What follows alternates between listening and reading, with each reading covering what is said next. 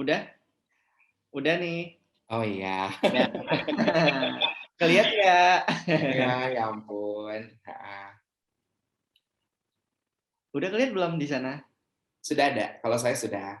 Sudah ya, oke. Ini Iya, Kang, kita coba bahas dulu ya Kang ya. Mungkin boleh. kemarin itu pelajarannya nih Kang, Mhm, sosial media ada 2 platform yang kemarin sempat kita, pelajari bareng-bareng sama teman-teman, ada Facebook mhm, sama Instagram. Nah, betul. eee pelajaran yang saya tangkap di pelatihan minggu lalu itu, kalau Facebook ataupun Instagram itu tuh Mhm, sekedar media kita memberikan informasi, Kang. betul. Media promosi. Tapi, ibaratnya, materi-materi, yang akan kita sampaikan, misalkan ya, ada gambar, ada Mhm, narasi. Nah, narasinya pun itu sifatnya tuh nggak ini ya, Kang, nggak jualan banget, Kang. Kayak mhm, misalkan, "Beli dong," atau "Belilah betul. batik, garutan," nggak gitu kan. Iya Jadi iya, betul kita betul. membahas sisi lain mengenai batik garutan. Nah, ini Oh, coba aku, mmm, ulas-ulas dari tampilan profilnya nih, Kang. iya, Nah, teman-teman di rumah juga bisa lihat ya di sini, kalau kita perhatikan dengan seksama, yang namanya Instagram itu, kita tidak ibaratnya foto produk pun juga foto produk yang ibaratnya apa ya, elegan gitu ya, Kang, ya. iya Jadi, iya iya iya. kalau kemarin teman-teman sempat ingat di materi pelatihan ketiga tentang, metode foto, produk, menggunakan smartphone. Nah, ini kan salah satunya elemennya kan menggunakan model nih, Kang, ya nggak? Nah, Mhm. ini model-modelnya dari siapa nih, Kang? Oh, itu bukan model, itu adalah klien Oh, klien Mas kebetulan Riko, ya? iya. Oke. Coba saya buka dulu, Kang, ininya, Kang. Betul, boleh. Nah, kalau misalkan foto yang dipilih Mas Riko ini, sebenarnya Mas Riko ini pakai tenun ya. Mhm. Jadi pas ke sini kesininya saya bahas bentar. Jadi di Garut itu memang tidak hanya batik Garutan yang terkenal, tapi sentra-sentra tenun juga ada gitu. Jadi kebetulan apa namanya, saya mulai mencari sumber-sumber gitu dari pengrajin tenun dan akhirnya dapet deh gitu. Kebetulan waktu kemarin itu, aduh kayaknya agak bosen ya gitu dengan batik, saya ingin cari sesuatu yang baru. Jadi ya udah deh, akhirnya berjumpalah dengan pengrajin tenun di Garut dan membuat baju untuk pesanan. Nah, ini adalah bukan model, tapi ini adalah klien saya, Oke. gitu. Kirain model, Kang. Berarti berarti Bukan, iya. berarti, kemarin kita sama-sama belajar ya, ketika Mhm. kita, melakukan foto produk menggunakan smartphone Oh kita, gitu, iya betul. nggak harus mahal, Kang, iya kan? Iya, Nah, nggak harus mahal gitu ya, artinya kita betul. bisa menggunakan, media-media yang mudah ditemukan di sekitar Mhm. kita dengan pencahayaan yang cukup. Kalau ini kan Iya. kita lihat, Kang, pencahayaannya cukup cukup terang dan tidak butuh butuh khusus untuk, lampu ya, karena kan Iya outdoor, seperti itu ya. iya betul. Heeh, nah ini, kita sambil mengulang teman-teman Iya. dari materi, Betul, pelatihan kita iya ya. Mas Riko gitu. Jadi memang apa yang sesuai dengan materi Mas Riko yang barusan, yang saya pelajari dan juga saya alami di dalam dunia, dalam realnya gitu ketika penjualan dalam Instagram itu, satu yang perlu garis bawahi memang benar, kita tidak perlu hard selling, tidak perlu mencantumkan harganya berapa, kita tidak perlu mencantumkan materialnya ini ono apa saja, yang paling penting adalah bagaimana melibatkan sisi emosional gitu. Ya. Bagaimana melibatkan, angle-nya bagus, fotonya bagus, terus kemudian produknya terlihat gitu. Terus kemudian temanya sesuai, temanya cocok. Ini ada yang menggunakan kamera, ada yang menggunakan handphone biasa gitu. Yang penting kalau misalkan emosi yang lain emosinya itu sudah dapat, orang akan bertanya gitu, entah itu nge-DM atau mungkin mencantumkan nomor saya di situ ke nomor admin saya, suka banyak yang nanya ini berapa harganya, kalau mau bikin kayak gimana, kayak gitu-gitu. Ke bawah Nah, pun juga masih banyak kok. Kalau ini ke bawahnya masih banyak untuk yang Garutan. Nah, mmm, kalau terus banyak juga yang nanya, "Kang, kalau untuk tunangan boleh nggak?" "Boleh banget," gitu. Jadi saya banyak yang nanya, Jadi ya udah deh di Grab aja dapet tuh kliennya gitu. Karena melihat dari sisi fotonya di dalam Instagram ini kita harus elegan, terus kemudian harus mencerminkan produk apa yang dan juga value apa yang ingin kita sampaikan gitu ke mana ke masyarakat gitu kan, ke yang calon pembeli kita. Mau kayak gimana nih produk kita teh gitu.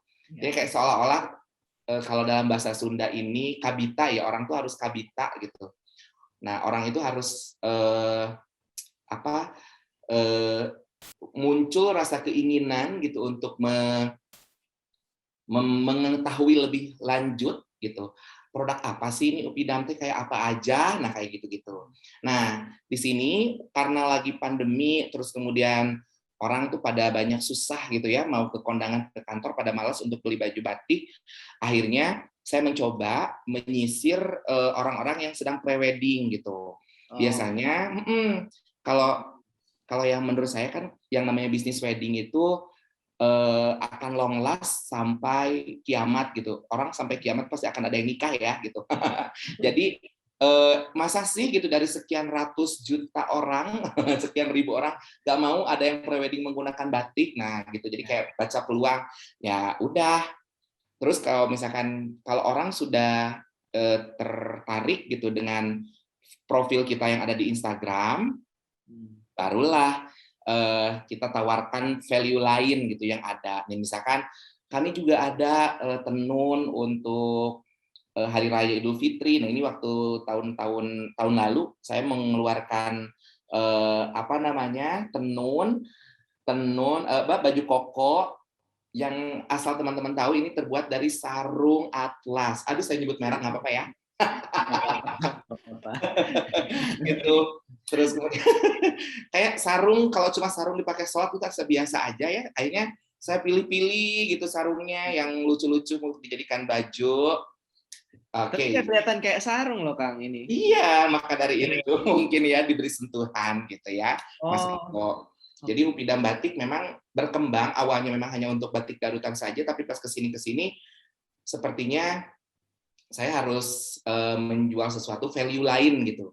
Jadi orang kalau misalnya sudah melibatkan emosional, seluruh panca inderanya sudah dapat, akan mudah gitu. Nah ini kayak ajang pemilihan putri-putri apa gitu pada pakai apa namanya batik tenun dari saya juga.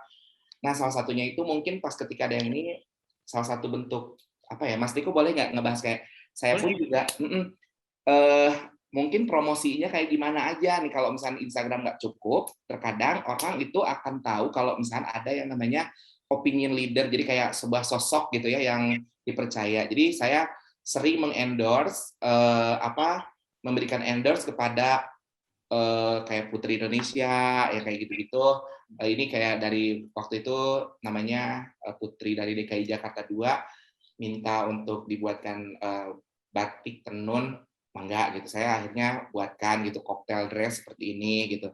Ini batik tapi dari serat tenun untuk dia berkompetisi juga. Terus kemudian ada beberapa grup, apapun deh gitu, hajar aja yang ingin pakai batik, hayu gitu. Kalau misalkan udah ngelihat profil kita di Instagram dengan seksama, terus kemudian cocok gitu ya, karena menurut saya tidak ada produk yang jelek, tidak ada produk yang bagus gitu ya.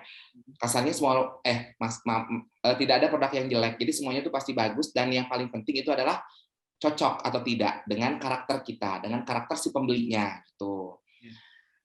Gitu Mas Tito. Berarti kalau saya simpulin ya Kang, artinya ketika promo yang kita lakukan online gitu ya, lewat Instagram dirasa nggak cukup, kita coba pikirkan jalur-jalur offline lain tadi. Kalau saya lihat di sini konteksnya Kang Upi kayak nge-endorse kegiatan tertentu gitu ya, yang memang menarik perhatian banyak orang, nanti akan nanya-nanya, ih ini batiknya dari mana gitu kan, seperti itu juga bisa jadi ini juga sih Kang ya, solusi juga ya supaya upaya kita untuk mempromosikan produk kita bisa jadi lebih maksimal seperti itu. Betul. Ya istilahnya Instagram ini kayak seolah online store. Jadi saya kalau datang ke Jakarta atau datang ke Perancis gitu ya, jauh gitu, bagaimana ya caranya gitu. Ya Nah, udah, terus iya Kang, ketika ini udah sampai mampir ke Paris nih. ke Iceland juga mampir. Ini Paris Van Java bukan? Ah, bukan. Nah, jadi kalau misalnya saya harus datang ke sana kan jauh ya gitu. Ya benar Hmm, sekali kalau misalkan orang sudah melihat profil kita di Instagram ataupun juga mungkin secara online itu bagus gitu ya, ya. cocok menurut versinya gitu ya, bagus menurut versinya dan kita sudah maksimal membuat feed Instagram yang bagus gitu, maka orang akan tertarik dengan sendirinya dan bertanya gitu, oh ini gimana cara mendapatkannya? Saya ada di Perancis gitu, oh boleh apa namanya saya kirimkan kemana atau mungkin seperti apa, jadi ya udah akhirnya di shipping deh gitu all around the world, alhamdulillah gitu. Iya, iya, benar. Jadi, poin lain yang saya tangkap ya, Kang, ya, Mm-mm. intinya dari strategi promosi menggunakan Instagram ini, bagaimana caranya kita membuat konten-konten yang enak dilihat, seperti itu ya. Betul Kemudian, sekali. ini coba saya buka salah satu ininya ya, salah satu, feeds di Instagram-nya, ini di Iceland ya? Kayaknya sih iya deh. Oh, Di Iceland. Ini bukan di Pantai Indah Kapuk ya, Mas Riko. Ini kayak atau di di kayak di Tasik ini, Kang? ini bukan Iceland, di Austria. Di Austria itu Australia. tulisannya di Austria, saya lupa. Oke. Mm. Jadi, Ini ini kalau saya lihat bukan di Tasik ya. Jadi kalau saya lihat di sini ya, ini Bapak Ibu sama teman-teman peserta Mm-mm. lain, kalau kita ingat pelajaran kita minggu lalu ya, ini Ya. yang saya highlight atau saya tandain adalah narasi atau Mm. copywriting. Nah, copywriting itu penting untuk kita memperkuat kan image atau foto itu kan tidak bisa berkata-kata ya, Kang Upi ya. Ya. Mm-mm. Kita coba tebelin lagi ya Mm-mm. keterangan deskripsi yang menunjang seperti itu. Nah, ini kalau saya perhatikan dari narasinya sendiri cukup singkat, padat, dan langsung to the point kayak gitu ya. Ini ini apa karena lagi males ngetik atau gimana nih Kang Upi? Atau memang oh ini nih udah pas gitu, udah cukup lah segitu kita bikin narasinya gitu kan? Iya. Eh, Kan ini kadang-kadang di tiga-tiga gitu ya, jadi mungkin suka berkaitan. Nah, tips juga nih mungkin untuk Bapak Ibu, Akang dan Teteh, apa namanya, memang betul bahwa foto ini tidak bisa berkata-kata dan tidak bisa berbicara, tapi kitalah yang membuat foto tersebut itu apa namanya harus semakin berbicara dan melibatkan emosi orang gitu. Jadi narasinya, copywritingnya tuh kita harus disesuaikan. Kita mau mengambil tema apa, jadi nggak bisa asal juga. Ya, Meskipun cuma pria di bawah menara Eiffel berbatik upidam gitu, akan tetap. Nah ini biasanya saya lagi malas ngetik gitu, atau mungkin saya lagi malas cari sesuatu, tapi harus relate dengan caption ini atau mungkin tulisan itu harus relate dengan eh, gambar, harus mencerminkan produk kita juga gitu, harus memberikan keterangan dan apa namanya melibatkan suasana hati baik itu yang memakainya ataupun juga mungkin eh, untuk orang yang menyaksikan gitu. ya. Oke, Nah. jadi pelajaran baru nih buat aku ya, artinya sebisa mungkin Instagram, kalau kita ingin mempromosikan produk kita lewat Instagram, tadi ya Ya. poinnya adalah setiap materi feeds atau materi foto-foto yang Bapak Ibu bisa lihat di sini, Mhm. ini jarang sekali kita buka. Nah, keterangannya kan pria dengan baju koko warna teduh, ya kan? Ya, Hanya hanya menjelaskan tentang suasana di foto tersebut, iya ya betul. kan?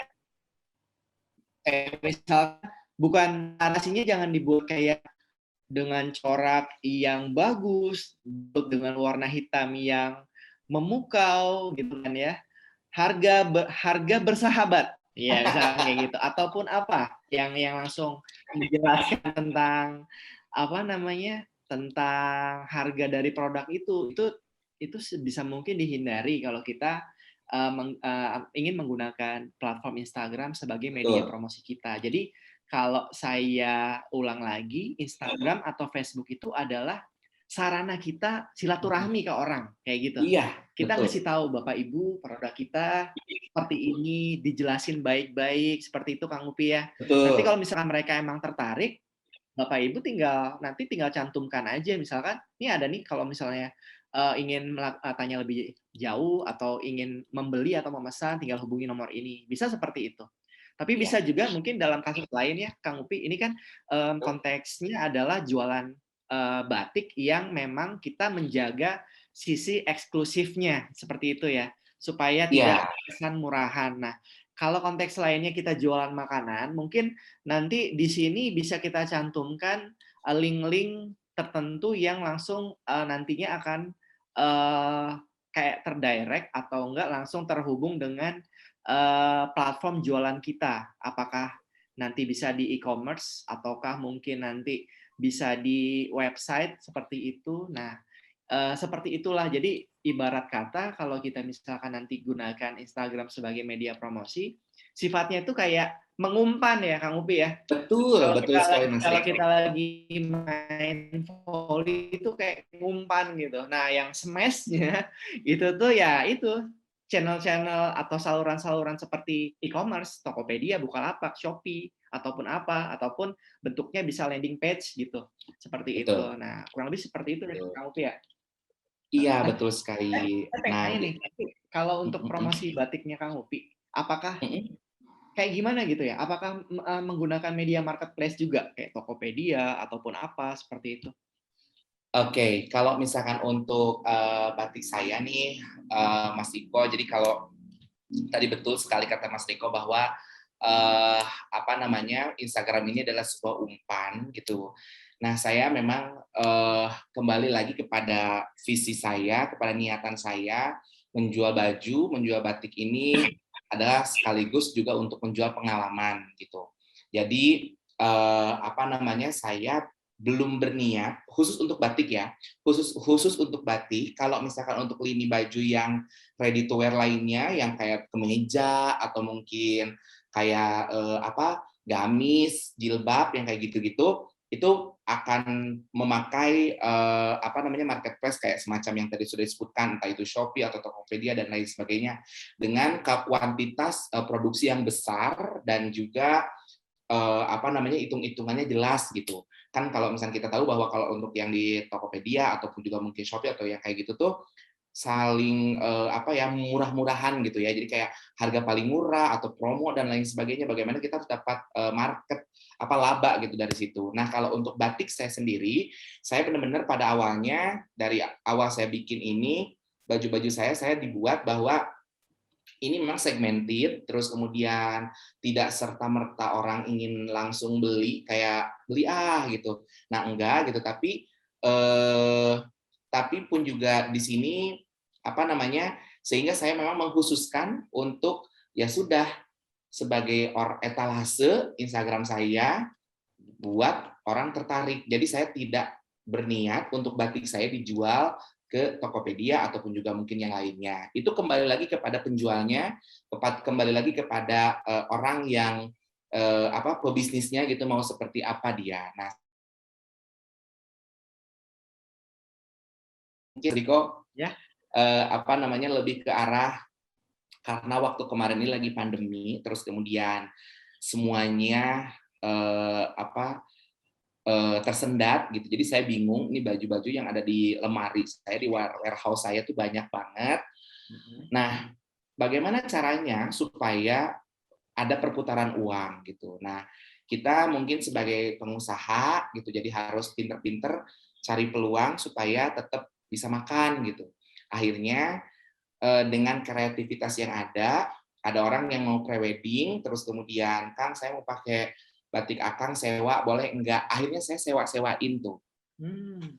gitu. Terus kemudian, "Aduh, ini ada yang belum kejual nih," gitu, tapi kayaknya kalau bisa disewa beberapa kali pun juga bisa balik modal ya kayaknya, ya udah deh akhirnya saya sewain, terus diberikan sentuhan-sentuhan kreatif, aksesoris dan lain-lain, jadilah seperti ini, kayak gitu.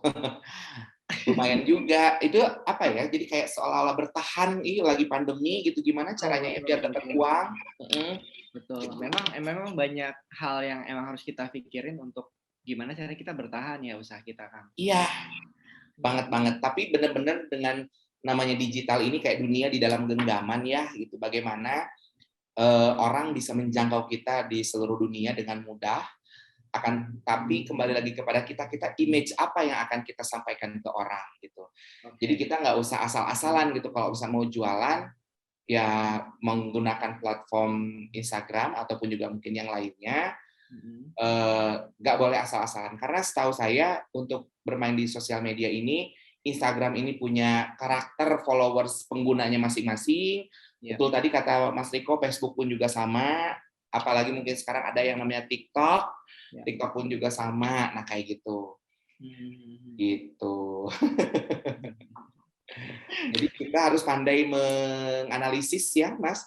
Betul betul Eh, betul. untuk Instagram kayak seperti apa yang dijelaskan di Instagram.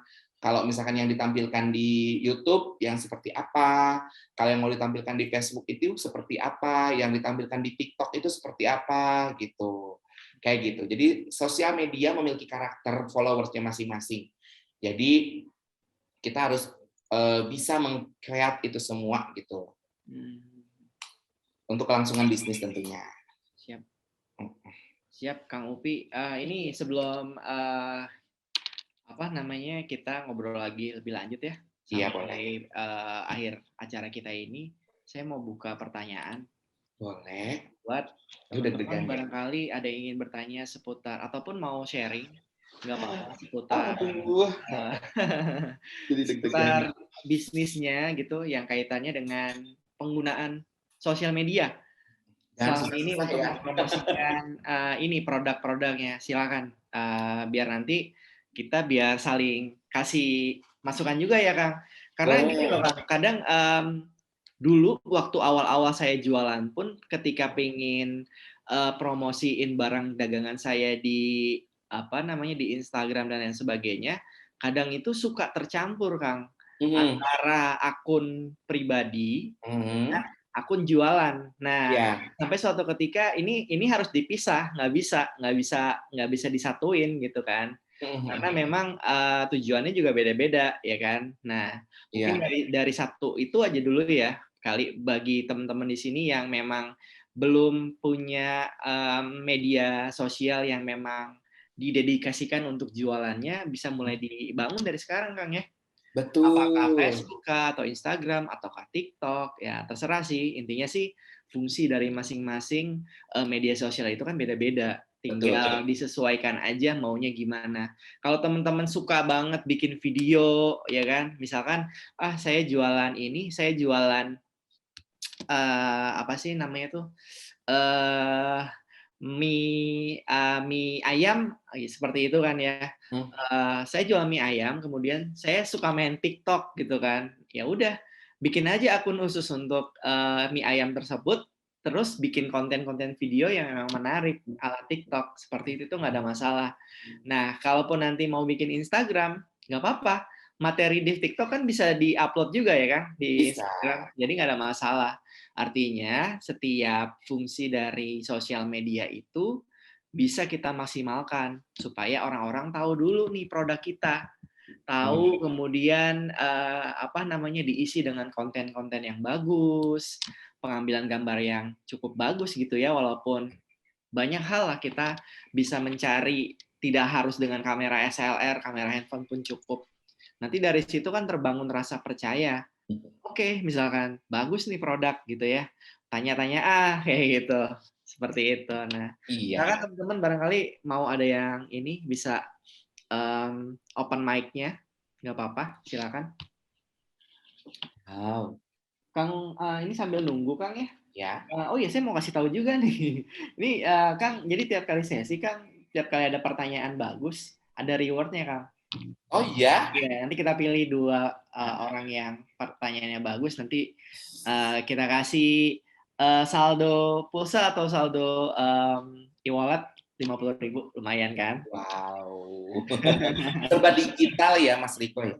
Iya benar, serba digital semuanya. Iya. Nah, Kang, sambil nunggu ya Kang, ini saya pengen nanya lagi nih. Boleh. Kalau dari batiknya Kang Upi, artinya ketika orang sudah mulai tertarik gitu ya. Ini kan kalau saya lihat itu kan rata-rata hanya sekian model yang dipakai untuk sekian model batik yang dipakai untuk di-upload di Instagram. Iya. Akan banyak sekali kan model-model lain yang mungkin belum sempat di-upload seperti itu. Nah, ini orang-orang kalau pengen tahu lebih jauh gimana tuh, Kang, selama ini? Iya, banyak banget memang betul Mas Riko tadi kalau misalnya saya ngambil insight dari Mas Riko betul bahwa Instagram ataupun juga mungkin sosial media ini adalah sebuah umpan ya.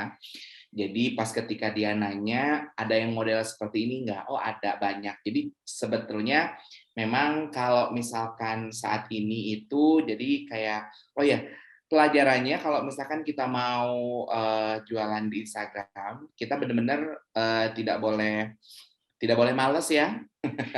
Harus konsisten gitu, kayak konsisten upload, terus kemudian konsisten untuk menyapa gitu, karena itu akan membentuk engagement dari followers kita dengan kita, nah, yang pemilik akunnya yang jualan gitu.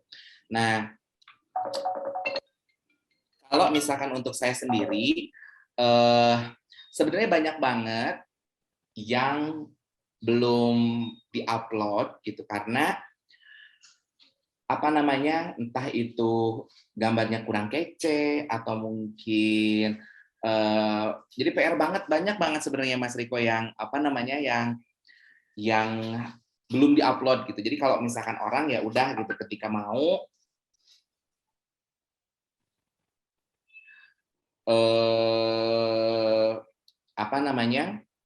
kita sebentar dulu ada yang ini dulu telepon. Nah, jadi kalau misalkan kita mau ini, kita benar-benar harus konsisten. Jadi banyak sekali hal yang memang produk-produk saya yang memang belum diupload gitu ke sana. Jadi PR banget ini tuh banyak banget nih yang belum diupload gimana ya gitu.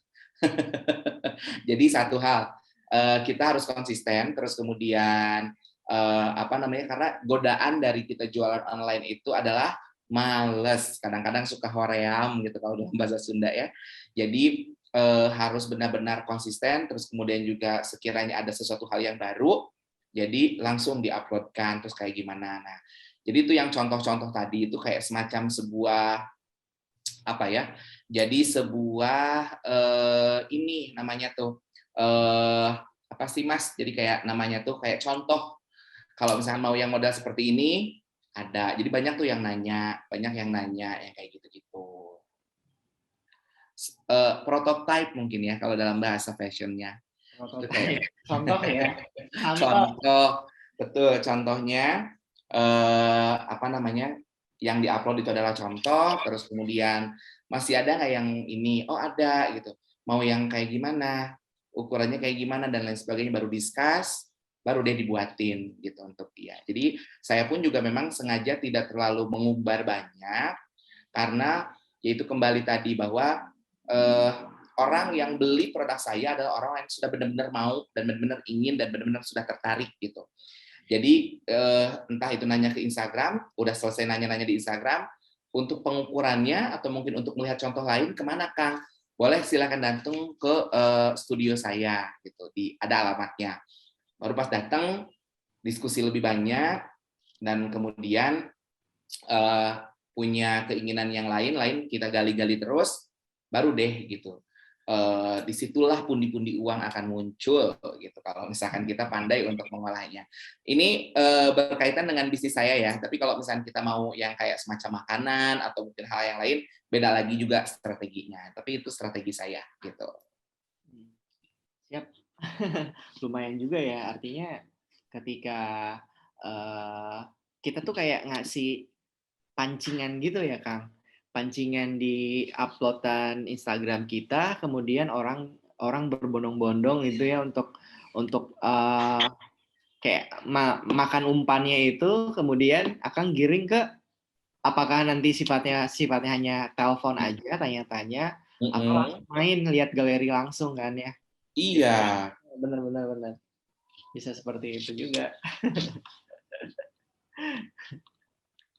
Uh, Kang, ini kalau saya tanyain ya, Mm-mm. um, kisaran range berapa sih Kang kalau untuk produk batik ini Kang?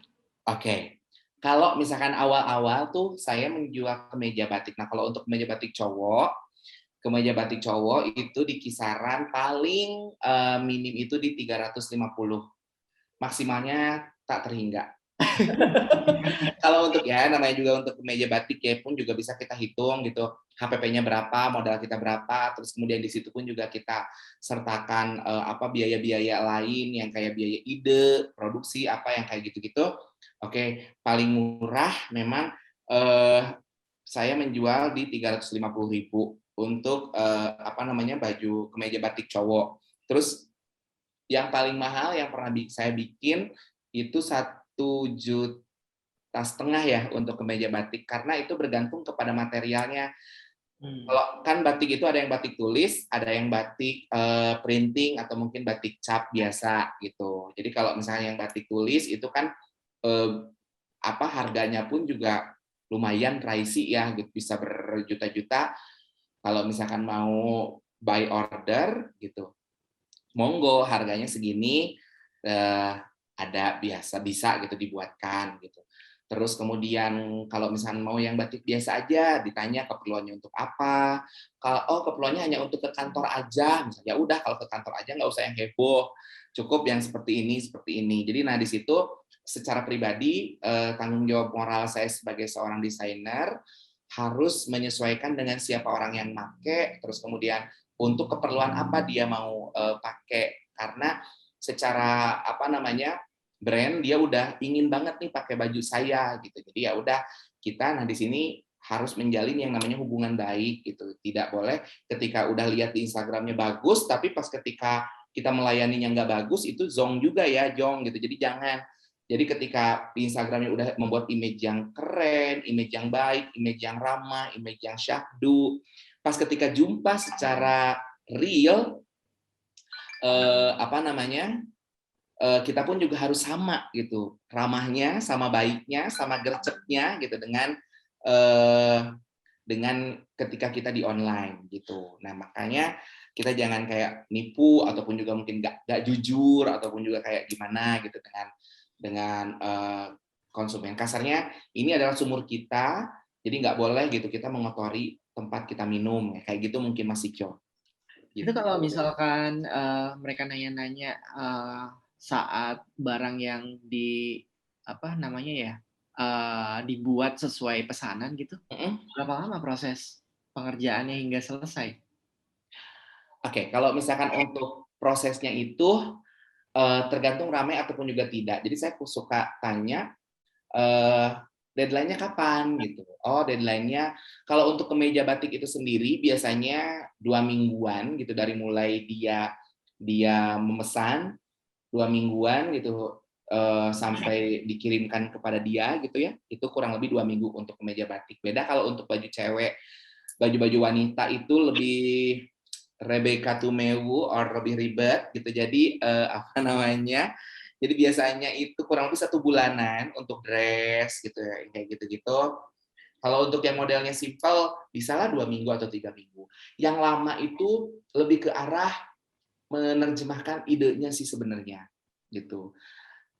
Jadi saya lihat bahwa si di batik saya itu semua orang itu harus ini adalah batik kamu gitu. Jadi nggak boleh sama dengan yang lain. Batiknya itu harus sesuai dengan karakter kamu ya. Jadi dari situ kurang lebih waktu pengerjaan 2 minggu ini, nah 1 minggu ini saya biasanya untuk hunting bahan, cari bahan dan lain sebagainya. Terus kemudian pembuatannya itu kalau bikinnya itu sendiri bikin banget dengan dari pola sampai terjadi baju itu ya sehari 2 hari pun juga sebenarnya selesai ya gitu. Tapi finishingnya, terus kemudian mengirimkannya melalui paket dan lain sebagainya kurang lebih 2 mingguan sih maksimal gitu. 2 minggu ya. Kalau baju kemeja batik itu biasa. Kan banyak macam-macam ya Kang ya, Iya. meja. Nah itu kalau saya lihat tadi kan di Instagram ada kayak semacam apa sih Kang namanya, dress buat wanita, itu lebih sulit ya tingkat kesulitannya Kang? Dan lebih lama pengerjaannya? Banget banget Mas, karena kita tahu ya gitu bahwa wanita ini ingin dimengerti kan gitu. Jadi, karakter dari, pria dan wanita itu sangat berbeda gitu. Jadi pas ketika membuatkan, baju untuk laki-laki itu simpel sekali, ya seperti ini seperti ini seperti ini gitu. Tapi kalau misalkan untuk, wanita, dari mulai pengukuran pun juga sudah beda, terus kemudian juga dari, keinginan si pemakainya itu ingin seperti apa, pasti semua wanita ingin terlihat cantik gitu, apalagi ketika memakai batik. Terlebih wanita ini terkadang sensitif ya, jadi dia, akan insecure apabila sama ada ketika masuk dalam sebuah acara terus samaan gitu, ada yang tiba-tiba orang yang pakai bajunya sama gitu.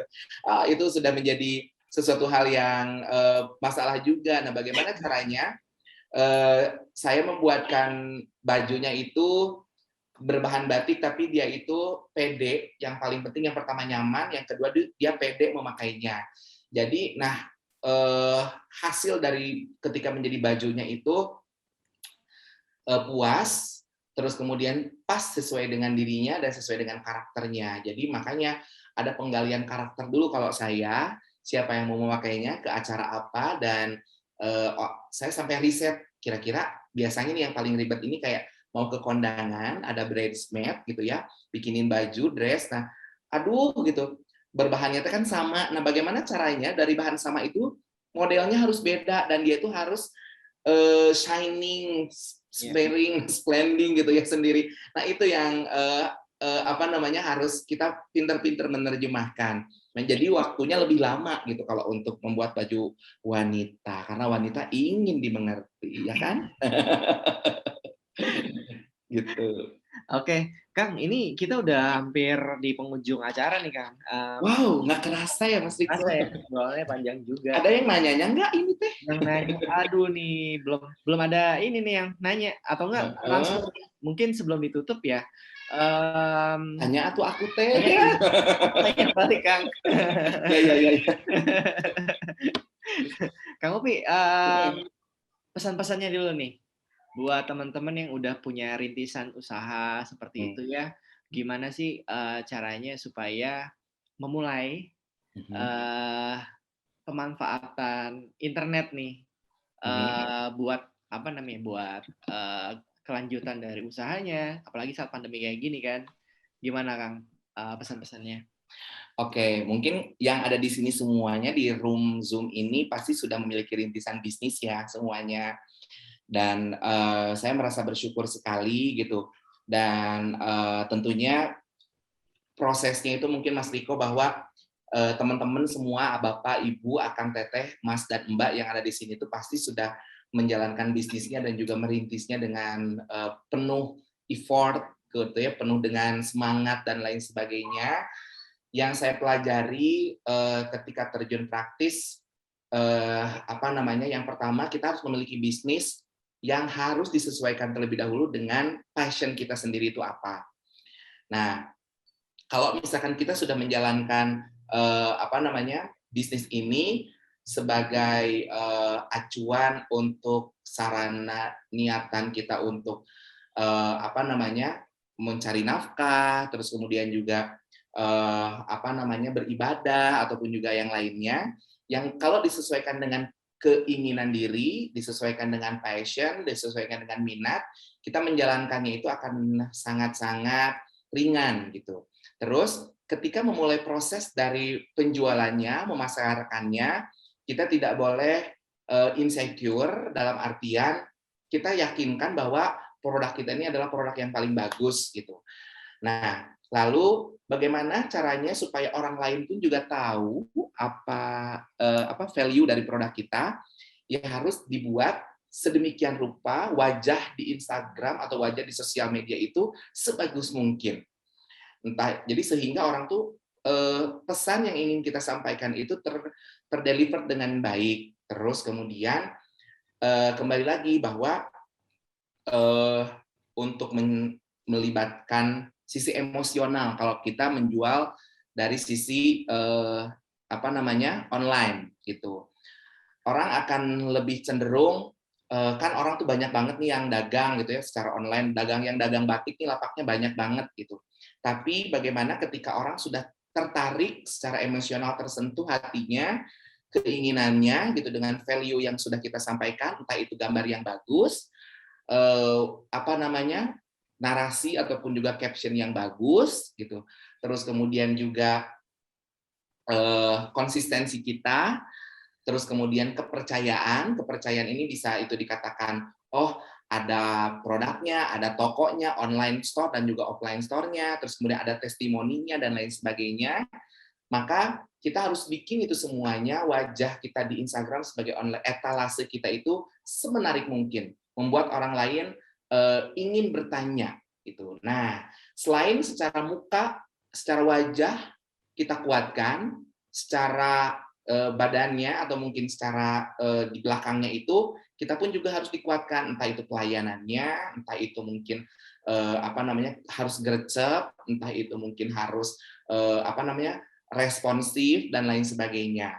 Terus kemudian selanjutnya benar tadi saya mau menginsight bahwa kita harus membedakan akun jualan dengan akun pribadi, ya karena yang namanya juga akun pribadi ya kadang-kadang kita suka curhat gitu ya, suka bikin story-story apa namanya cerita tentang galau dan lain-lain. Nah itu akan meruntuhkan apa namanya image kita. Jadi memang benar-benar kalau yang namanya akun bisnis, tok bisnis saja. Kita nggak boleh mencampurkan dengan akun pribadi kita.